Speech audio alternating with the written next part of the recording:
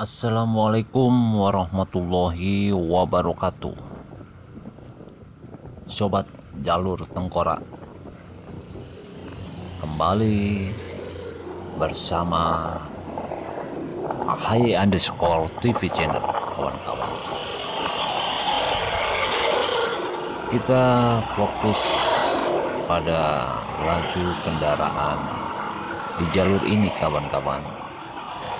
Bagaimana terlihat kondisi kendaraan di mana jalurnya sudah tidak terlihat bahwasanya motor itu di lajur kiri. Terlihat bagaimana motor bergerak bisa di tengah, bahkan di jalur kanan.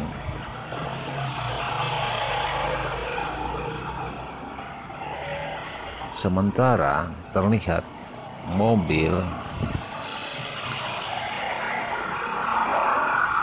itu sering bahkan menutupi lajur kiri, lajurnya motor, kawan-kawan, dimana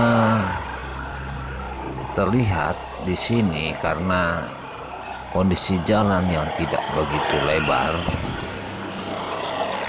dan di jalur kanan sering terlihat ada kendaraan seperti truk yang di jalur kanan. Itu membuat mobil lebih memilih jalur kiri karena untuk menyalip truk tersebut, kawan-kawan, sobat Jalur Tengkorak.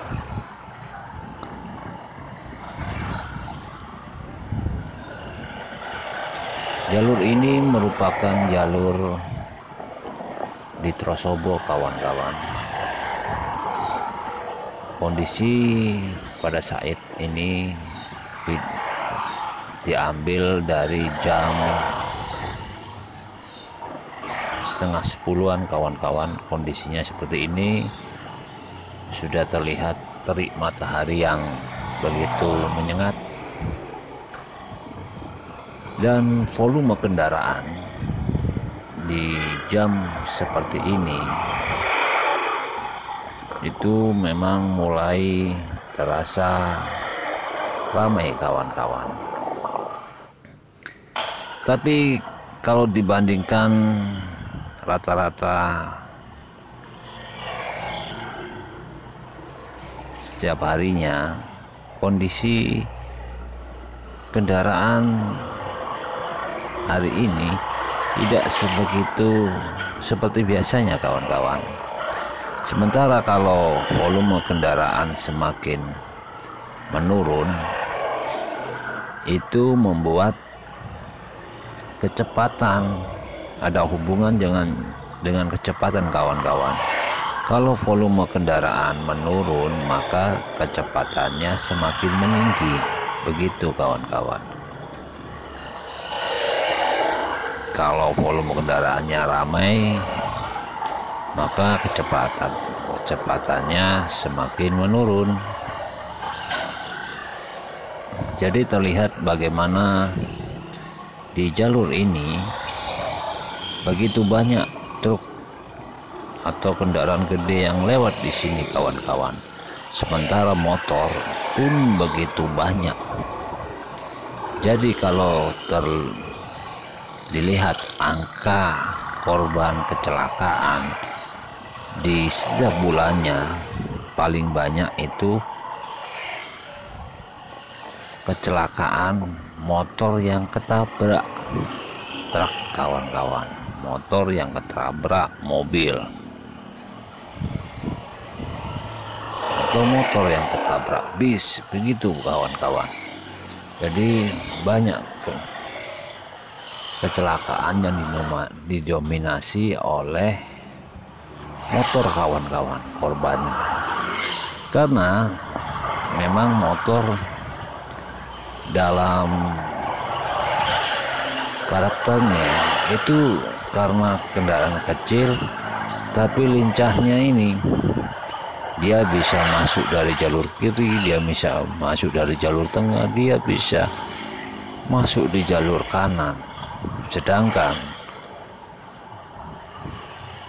kendaraan seperti truk atau bis itu tidak bisa berhenti secara mendadak, sehingga ketika motor tersebut menyalip secara tiba-tiba di depannya, maka kebanyakan motor tersebut ketotol oleh truk, bis, atau kendaraan gede lainnya, kawan-kawan. Sedangkan dalam kendaraan kecelakaan antar truk biasanya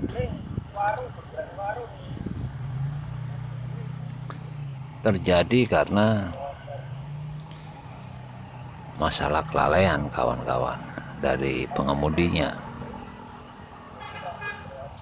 Terlihat kita beralih ke Jalan Bundaran Waru ini, kawan-kawan.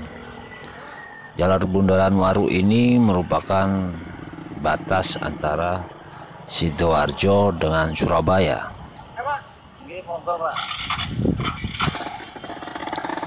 Di yang terlihat ini termasuk wilayah Sidoarjo, tapi akan masuk wilayah Surabaya kalau di jalur kanannya.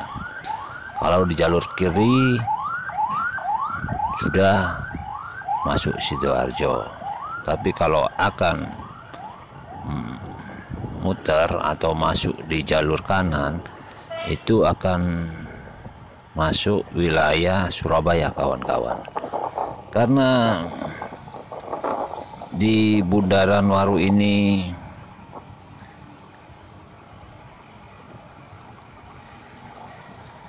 bentuknya bulat, bundar, maka arusnya pun begitu, kawan-kawan, seperti yang terlihat ini.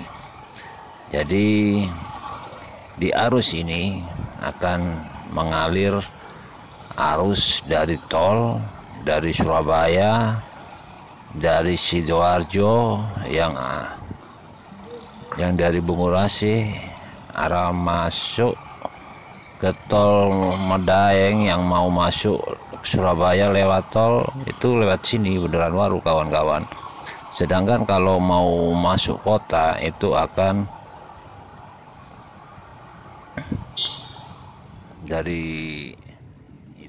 masuk ke jalur kanan, kawan-kawan. Sedangkan yang aliran dari Surabaya yang akan masuk tol itu dia akan masuk jalur kiri.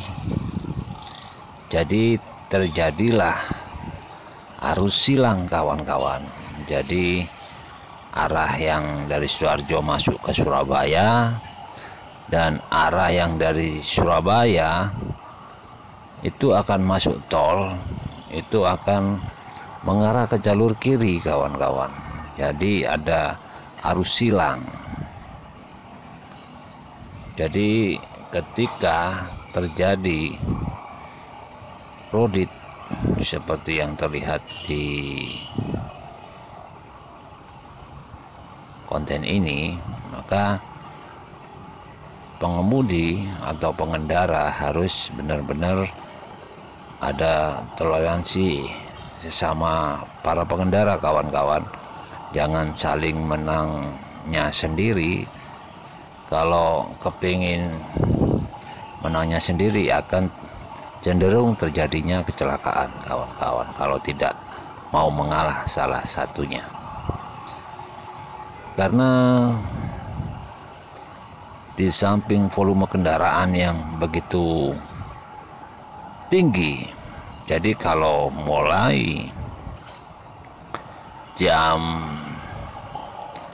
6 ke atas sampai malam itu tinggi volume kendaraannya di sini, kawan-kawan. Kecuali hari Minggu, kawan-kawan, volume kendaraan semakin tinggi.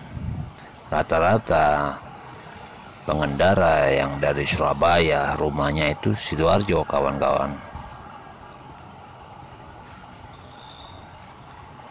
Jadi kalau pagi masuk Surabaya begitu tinggi volume kendaraannya, dan kalau sore atau malam hari begitu juga sebaliknya kawan-kawan. Kendaraan yang keluar Surabaya begitu tinggi juga.